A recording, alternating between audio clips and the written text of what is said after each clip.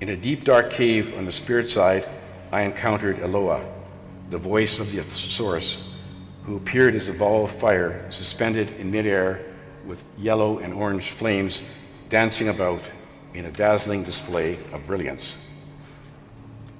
He explained that it was his joyful duty to reach out to souls who desired to communicate with the Creator of the universe, which is why Albert brought me to this cave. I asked him about the true nature of the Source and about the creation of the universe. He told me that the Source is the totality of everything in the universe.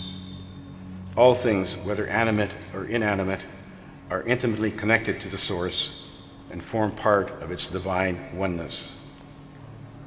No one created the Source. It always was and always will be. This will be difficult for humans to comprehend because we must deal with the limitations of our human minds. The Source gave birth to the universe so it could enjoy the splendor of what it was, a way to augment its self-awareness by admiring the ineffable beauty of the limitless cosmos it had spawned in that glorious moment of divine self-actualization. The Source is the master architect of our vast cosmos, the prime mover of everything that exists in our observable universe and all things beyond. The Source is the fountainhead of all love in the universe, and it projects unconditional love to all things equally and without reservation. All its creations have their own special place in the grand scheme of things, without any preference or priorities. Long ago, the Source created the universe in a burst of energy that expanded to fill the void, and it created individual aspects of itself so it could experience what it had created in all of its different facets. He told me that souls are one of its creations, and whatever we experience as souls is also experienced by the Source.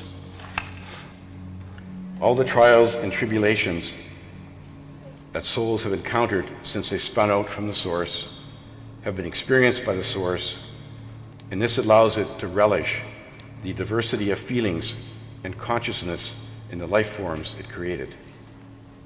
All souls, which includes everyone here today, are individual aspects of the Source who were created to explore the universe in order to grow and evolve.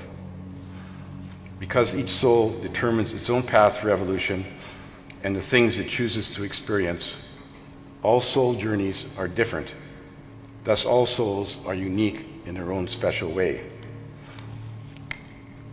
But the Source does not make any rules or guidelines for souls to follow.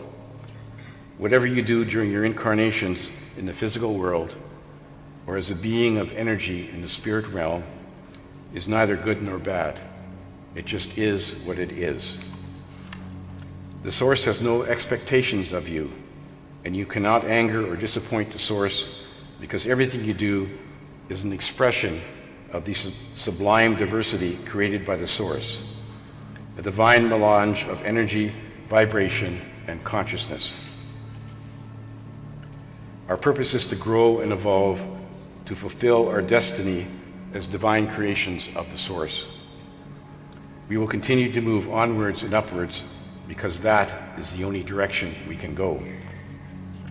Just as an acorn is destined to grow into an oak tree, we are destined to advance on a path of evolution without a finish line. And because the universe is constantly changing and expanding, we are on a never-ending journey of exploration and growth designed to help us become more like the Source with each advance that we make.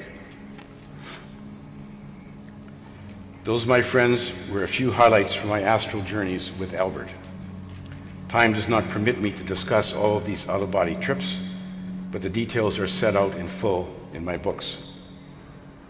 Albert designed these trips to teach me and all humanity a lesson or provide us with nuggets of wisdom.